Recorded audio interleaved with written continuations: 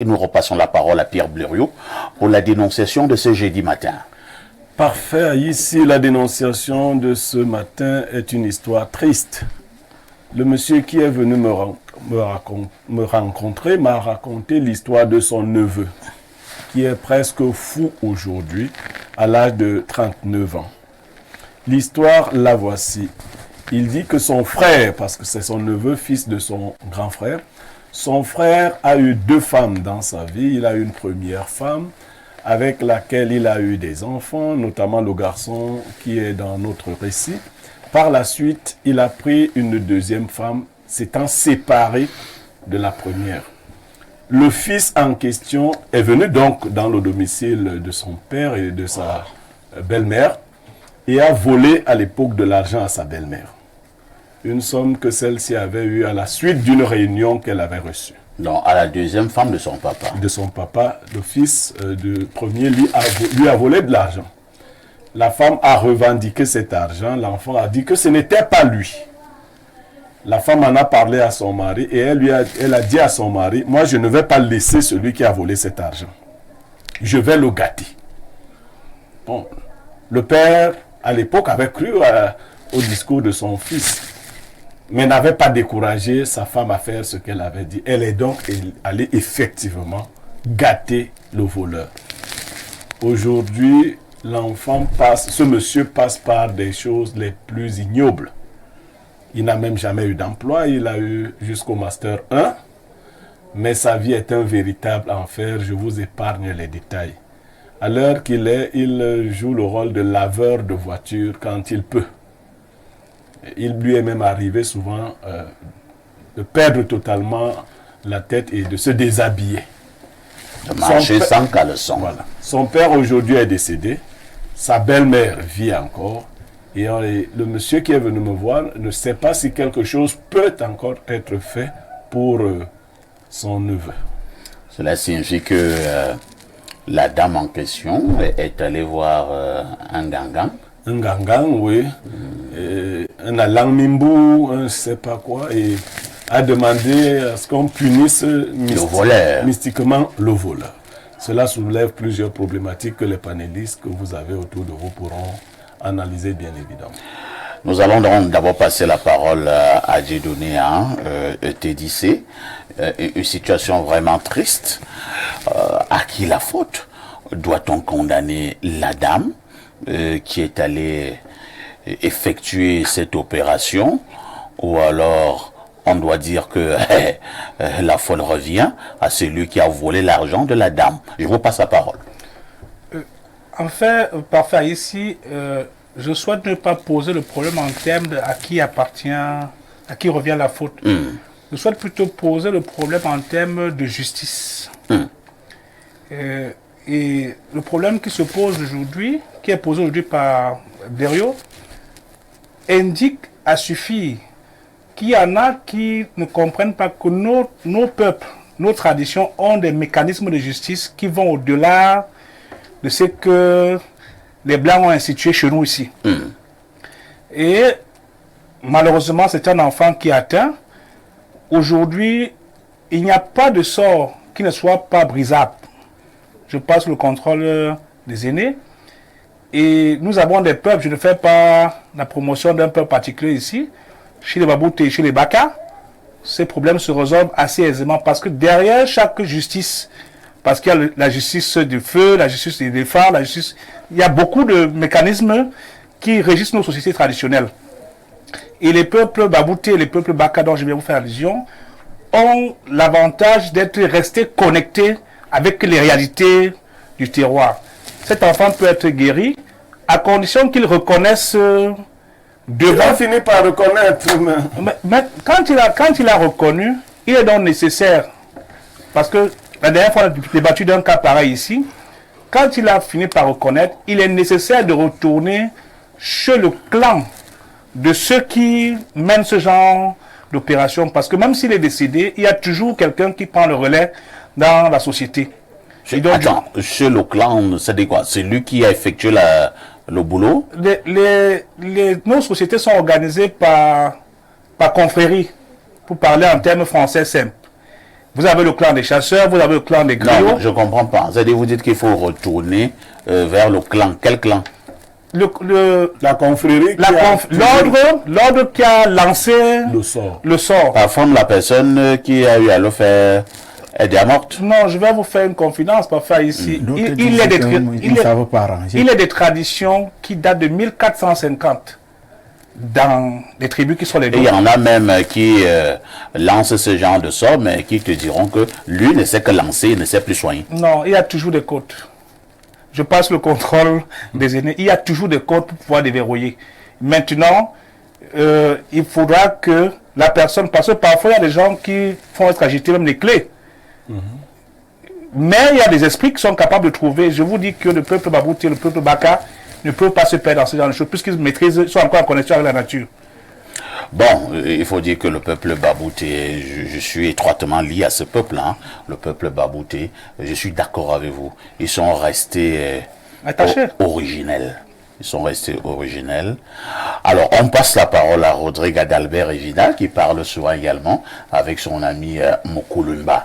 40 ans de pouvoir, des choses très compliquées. Alors, voilà dans une situation un peu compliquée. Un enfant qui avait pourtant un bel avenir. Il a même un Master 1. Maintenant, il est devenu... appelé. Pour parler comme au village zinzin, un peu toc-toc. Quand il peut même, il lave quelques voitures. Voilà un avenir brisé.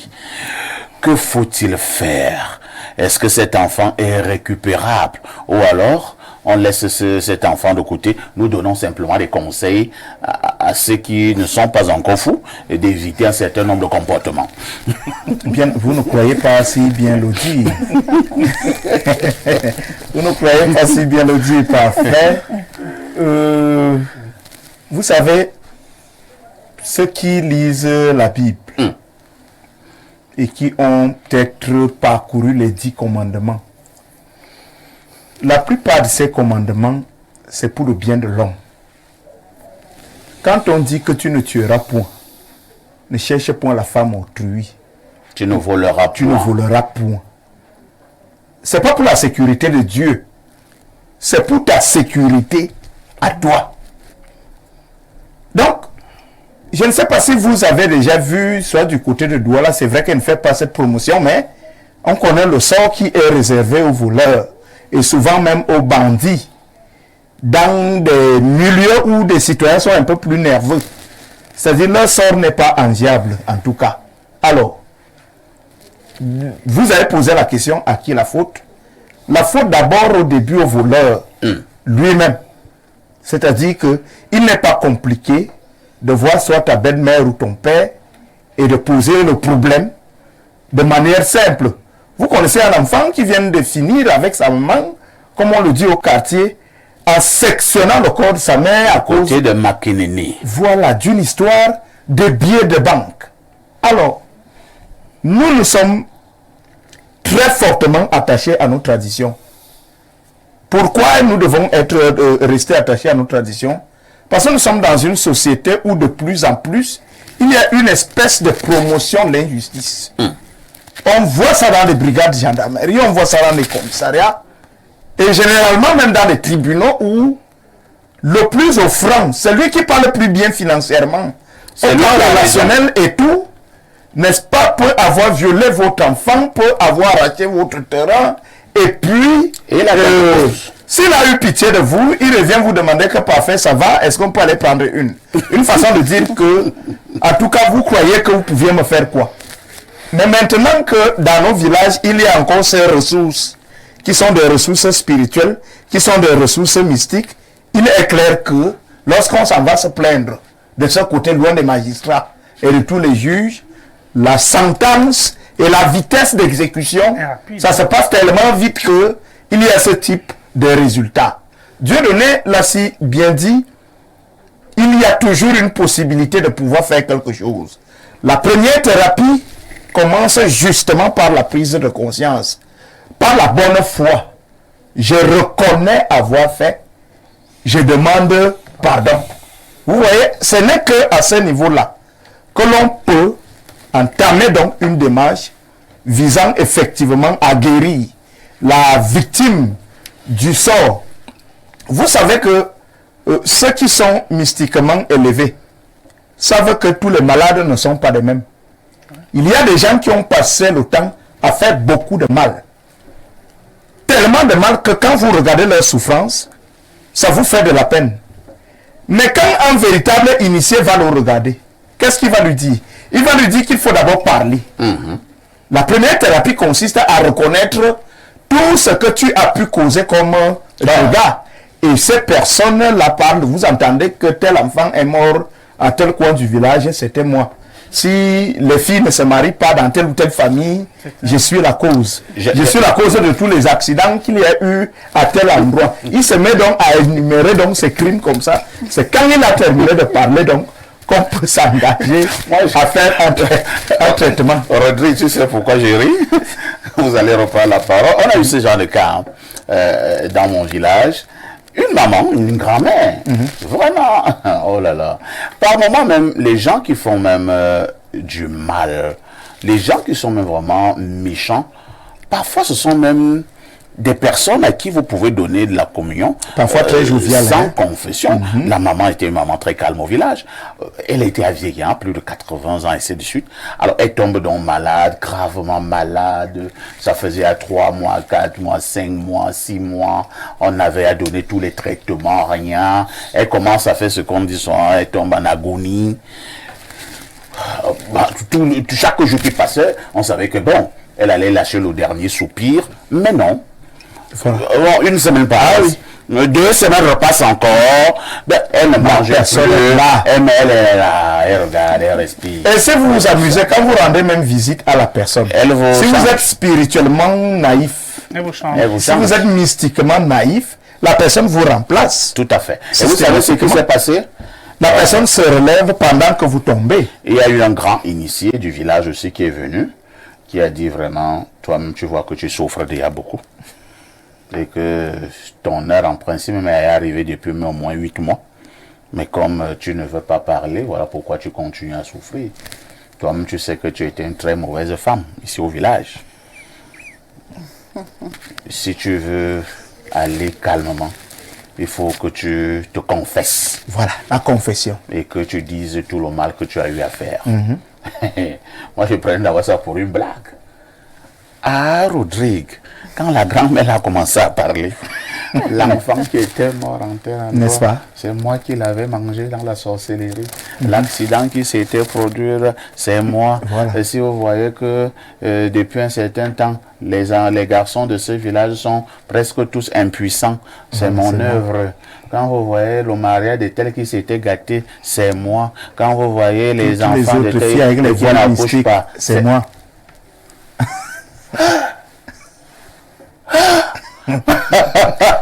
Dépassé. Rodrigue, on était dépassé. Et lorsque la grand-mère l'a fini de se libérer comme de ça, décharger tous ces fardeaux, elle n'a plus mis 4 heures de temps et elle est morte. Voilà. Parfait. Donc la confession, la place de la confession dans la thérapie. Parce que là, vous n'avez pas affaire à un médecin ou un infirmier avec une blouse. Ce n'est pas son niveau. Non. C'est votre sort, en fait, est un sort qui dépend des entités invisibles. Et ces entités qui sont incorruptibles. Ça fait donc que pour que la solution intervienne, votre contribution est, je vais dire, incontournable. Parce que vos paroles, ce que vous confessez, c'est une énergie de vous-même qui sert aussi de médicament. Très bien. À votre maladie. Donc je pense que ce neveu, si je m'en tiens au récit de Blériot, on peut encore le sauver. On peut encore naturellement le sauver. D'accord. Bien entendu. Oui, il y a Dieudonné qui voulait rapidement reprendre la parole. Oui, parfait, c'était pour verser de l'eau à son moulin. Dans le village de Bondje, dans l'arrondissement de Tombel, département de Coupé-Manongoba, les années 1991, il y a un papa qui avait été banni de son village dans le département du Ndé. On l'a chassé du village. Il était banni. Ce monsieur a pratiquement passé 3 mois. Et on est arrivé au niveau de la confession, où il citait les noms. Il a cité 149 noms. 149 noms.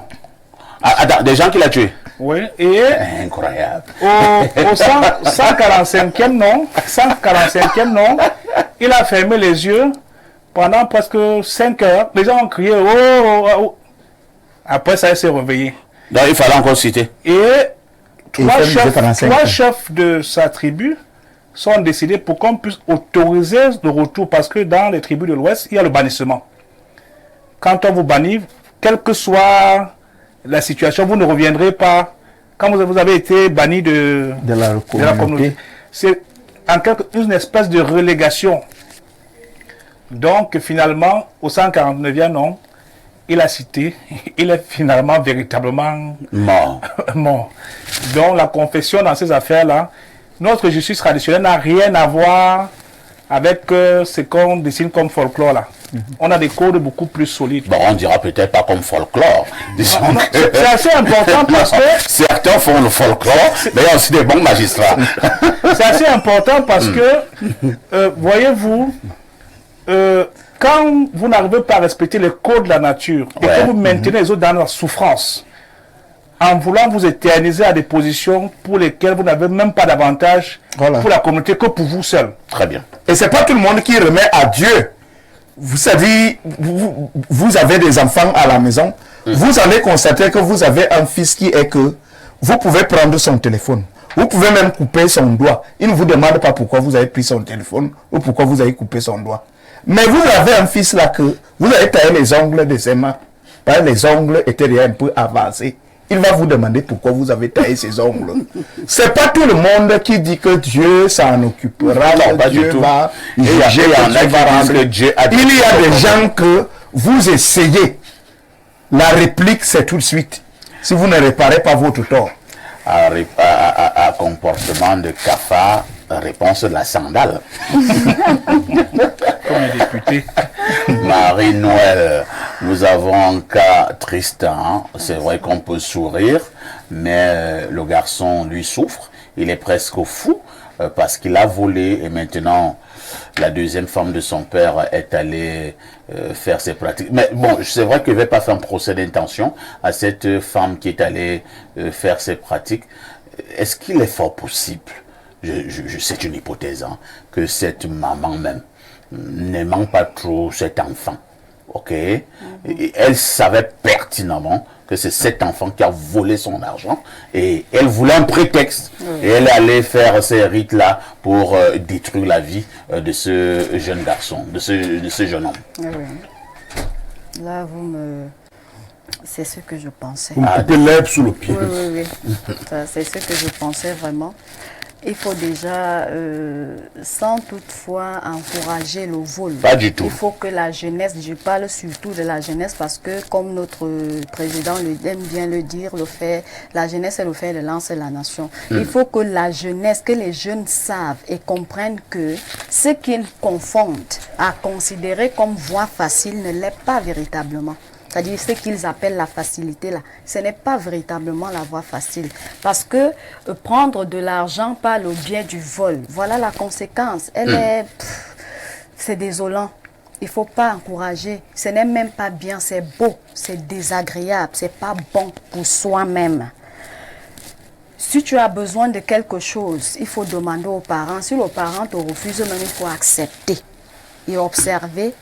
Si le parent jauge utile de te donner ce que tu as demandé, il le fera. Auquel cas, reste tranquille et prends sur toi d'attendre. Sois patient. Ce n'est pas bien. Ne volez plus. Ne prenez plus sans permission. Ce n'est pas bien. Chez moi, avec mes petits-enfants, c'est ce que je sanctionne. C'est-à-dire, mon enfant sait qu'il n'a pas le droit de prendre sans mon autorisation. Quand bien même, ce sera pour lui. Hein. C'est-à-dire que ce qui est posé là, c'est pour lui. Sans l'aval de maman, il n'a pas droit à y toucher. Maintenant, la dame, Dieu dit dans sa parole, c'est à moi qu'appartiennent la rétribution et la vengeance. Il n'est pas bien de se faire justice. Ce n'est pas bien. La dame s'est fait justice elle-même. Je n'ai pas envie de la juger. Elle aurait pu gérer ça autrement. Encore que je suis d'accord avec vous de penser qu'elle savait déjà, puisque l'enfant n'était pas à son premier forfait.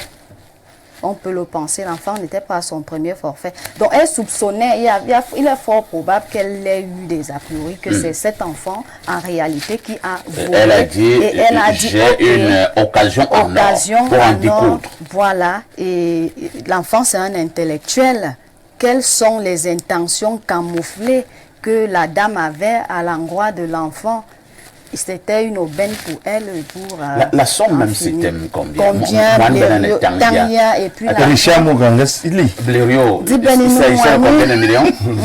Tu vas tuer ton fils, ton frère, ton parent, je sais pas trop quoi, à cause de l'argent, les billets de banque, un papier. Oui, c'est un élément indispensable pour le vécu de l'homme maintenant, mais pas au point de faire ça. Très bien. Maintenant que les intentions du jeune homme qui n'avoue pas, parce qu'on dit quoi? Il a beau, oui, que ce soit vraiment un mea culpa authentique. Ce n'est qu'à partir de là qu'il retrouvera la guérison. Mais s'il n'est pas sincère dans sa confession, parce que moi je continue de penser que de nos cultures ancestrales, la guérison est encore possible. On peut sauver le jeune homme. À base de nos cultures ancestrales, Marie-Noël pense que tout n'est pas perdu pour le jeune homme. On peut encore récupérer ce soldat. Pierre Blériot, c'est également votre avis? Bon, parfois ici, beaucoup ont fait des analyses spirituelles et même mystiques. Oui. Je voudrais m'arrêter sur deux personnages dans ce récit. Le père de l'enfant. Quand vous vous engagez à être polygame, pour ceux qui m'appellent souvent m'écrivent, sachez que vous avez une lourde mission de veiller sur toutes vos familles. Et comprenons-nous bien quand je parle de veiller. Parce que ce qui fait peur dans la polygamie, c'est bien ce genre de choses. Tout à fait. C'est-à-dire, on tue les gens, mais comment s'assurer que vous ayez plusieurs femmes qui ne tuent pas, qui ne s'entretuent pas ou qui ne tuent pas les unes les enfants des autres? On ne prend pas plusieurs femmes facilement comme ça. Il faut les surveiller. Et vous avez la responsabilité de veiller sur tous les membres de la famille. Il faut les surveiller en les éduquant, en les sélectionnant d'abord bien. Il y a un fond qui existe chez chaque individu. Ensuite, il faut les éduquer. Sur la question de la vengeance, je vais dire à ceux qui veulent comprendre de manière spirituelle, ne vous vengez jamais par vous-même. Si on vous a même volé 50 millions, 100 millions, n'allez pas tuer quelqu'un. Pourquoi? Ça fait très mal quand je dis ça. Toi, si on te vole, bon, on n'est pas là pour parler de moi. Parce qu'en fait, la situation spirituelle ne se limitera pas au niveau de la personne que vous avez tuée. Si vous voyez un mystique pour qu'il vous venge, pour qu'il tue, pour qu'il rende fou quelqu'un qui vous a volé, vous êtes tout à fait dans votre droit. Sauf que, du point de vue spirituel, vous ouvrez une porte dans votre famille. Désormais, quand un membre de votre famille, de votre sang, aura commis une faute, le diable va inspirer à sa victime les mêmes idées. Et les portes sont ouvertes. Pour protéger votre progéniture de votre vivant et après, faites l'effort de ne jamais pactiser pour qu'aucun mal, à tort ou à raison, n'arrive à autrui. C'est difficile, mais faites-le. N'entrez pas dans un complot contre l'enfant d'autrui. Ne punissez pas à mort. Ne faites pas ce genre de choses. Pour ceux qui veulent comprendre, qu'ils comprennent. Parce qu'en fait, nous ne vivons pas seulement pour nous-mêmes. Vous voyez des gens, bon, vous vous vengez, c'est bien. Cet enfant aujourd'hui, peut-être que ses grands-parents s'étaient aussi vengés. La nature régule elle-même ces choses. Elle-même. Ne pensez pas que parce qu'on vous a volé beaucoup d'argent, on peut vous voler de l'argent pour acheter votre propre vie spirituellement. Moi, je vois les gens qui n'ont aucune initiation, quand elle est victime d'un coup de vol, on m'a tué. Oh, mais t'as pas tué, peut-être qu'on a échangé ta vie contre l'argent. On t'a pas tué. On t'a pas tué. Donc, ça, ce n'est pas pour encourager les voleurs. De l'autre côté, pour les voleurs, vous voyez, il y en a qui semblent prospérer, que ce soit les voleurs d'État, oui. Ceux qui veulent... Parce que on pense seulement qu'il n'y a que les voleurs de bouteilles de gaz. Non, commençons par les voleurs d'État. Même ceux qui pillent les caisses de l'État. Commençons par eux. Pour le moment, ils sont en Il faut que la tradition leur parle même un peu. Non, vous n'imaginez même pas les souffrances de ces gens. Hein? Non, je vous dis, vous n'imaginez pas. Ils jouent à être forts, à tromper les gens, à paraître bien. Mais c'est des cimetières remplis d'ossements humains. Ils souffrent énormément dans leur chair et dans leur vie. Il leur arrive d'avoir des king nasty et des choses que vous ne pouvez pas imaginer. Donc, il faut faire très attention. Attends, c'est toujours pour Les voleurs. les voleurs. Les conséquences du Les conséquences de... Le quotidien des voleurs. Les conséquences. Et ce n'est pas facile. À un niveau plus bas, pour ceux qui agressent, non. Le professeur Mendrad, moi je l'appelle professeur parce qu'il a été mon De enseignant. regretter mémoire. Mendrad Hebga, une fois a été victime d'un coup de vol. Moi j'étais son étudiant et il habitait le CCU. Ouais, au carrefour Émien. Eh bien, je suis arrivé et les voleurs avaient saccagé toute la maison. Or, c'était un exorcisme réputé. Oui, oui. Et vous savez ce que les voleurs avaient fait? Non. Ils avaient même fait les selles dans l'église. Seigneur. Oui. C'est le Une sang. manière C'est le sang. de l'insulter. Oui, ils ont dit que... Bon, alors, je lui ai posé la question, prof, mais qu'est-ce qu'on fait dans ces cas-ci? Il m'a dit, Blériot, quand un voleur arrive quelque part pour prendre les choses, il laisse une partie de son âme. Je dis, comment ça? Il dit, oui. Lui, il est déjà mort. En fait, c'est son âme qu'il laisse comme ça. Regardez la fin des plus grands voleurs des quartiers que vous avez connus. Le jour où on le tue, quelquefois, c'est pour une affaire qu'il n'a pas faite. Oui. Et les gens commencent à dire, non, il y a eu confusion, ce n'était pas lui. Mais ce n'était pas lui le tour-ci. Ok? La nature, ça n'est pas. Ce n'était pas lui le tour-ci. Mais il ne faisait qu'accumuler le mauvais karma. Il faisait qu'accumuler le mauvais karma. Et le jour est arrivé. Quand le jour est arrivé, les âmes qui étaient présentes n'ont plus eu la mémoire de se dire que, mais attends, il avait échappé. Non. Personne n'échappe à ses œuvres. Personne. Quand même vous mourrez entre guillemets, regardez les grandes familles.